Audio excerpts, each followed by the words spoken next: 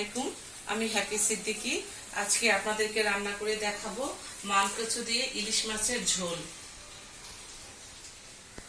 মান কচু দিয়ে ইলিশ মাছের ঝোল রান্না করতে আমার যা যা লাগছে: মান কচু, ইলিশ মাছ, পেঁয়াজ রসুন পেস্ট, পেঁয়াজ কুচি, লেবু, কাঁচামরিচ, হলুদের গুঁড়া, মরিচের গুঁড়া, লবণ, পরিমাণ মতো তেল। আসুন বন্ধুরা, আমরা রান্না শুরু করি। এই মাছটাকে আমি ভাজবো না, যার জন্য হলুদ, মরিচ আর লবণ দিয়ে মেখে রেখেছি।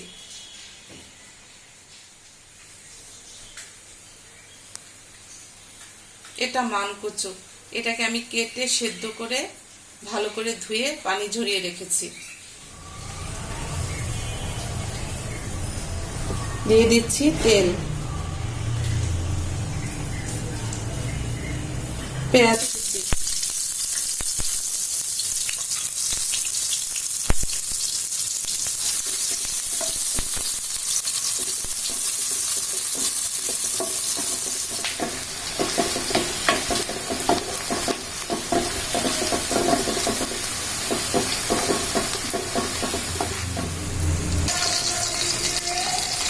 এখন দিচ্ছি হলুদের গুঁড়া, মরিচের গুঁড়া, লবণ,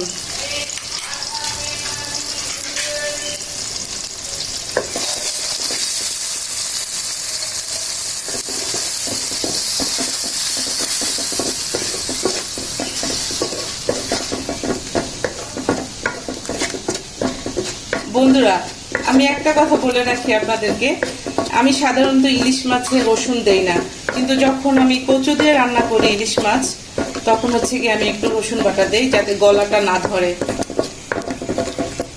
আর একটু লেবুর রসও ব্যবহার করি।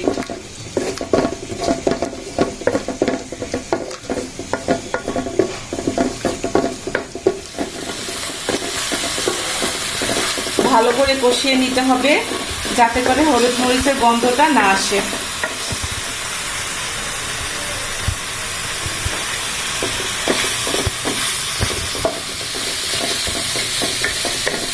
কষানো হয়ে গেছে,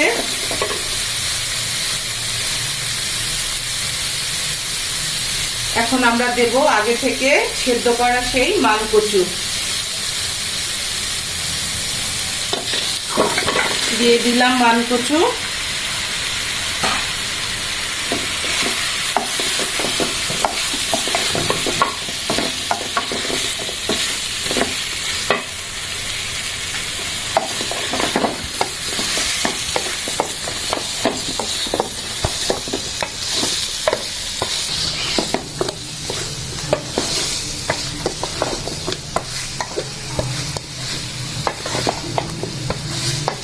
আর আমি রান্না করার সময় গরম পানি ব্যবহার করি, ঝোল হিসাবে যেটা নেই সেটা আমি সব সময় ফুটিয়ে।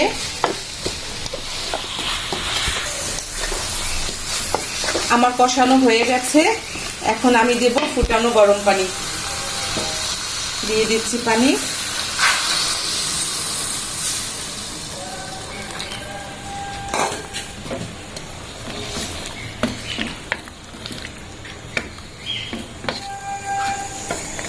আরো কিছুক্ষণ চুলায় রাখতে হবে।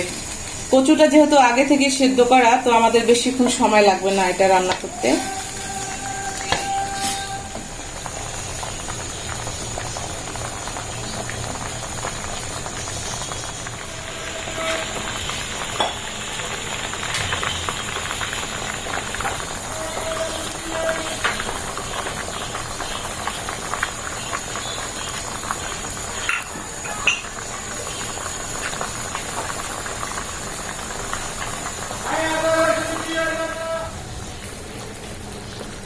এখন দিয়ে দিব আগে থেকে সেই হলুদ মরিচ মাখানো ইলিশ মাছের টুকরোগুলো।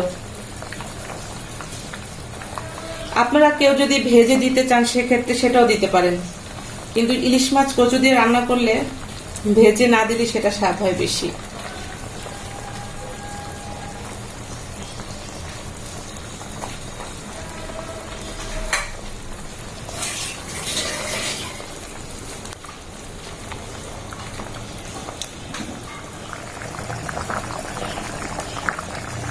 দিয়ে দিলাম কাঁচামরিচ,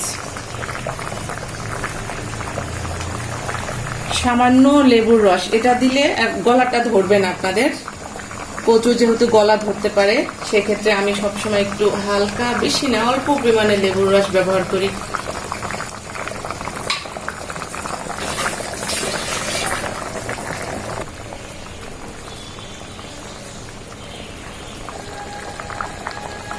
বন্ধুরা, আমার রান্নাটা যদি আপনাদের ভালো লাগে তাহলে আমার চ্যানেলটি সাবস্ক্রাইব করুন, লাইক, কমেন্ট, শেয়ার করবেন।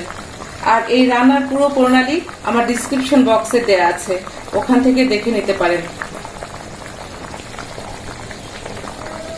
হয়ে গেল আমার মানকচু দিয়ে ইলিশ মাছের ঝোল। সবাইকে শুভেচ্ছা, ভালো থাকবেন।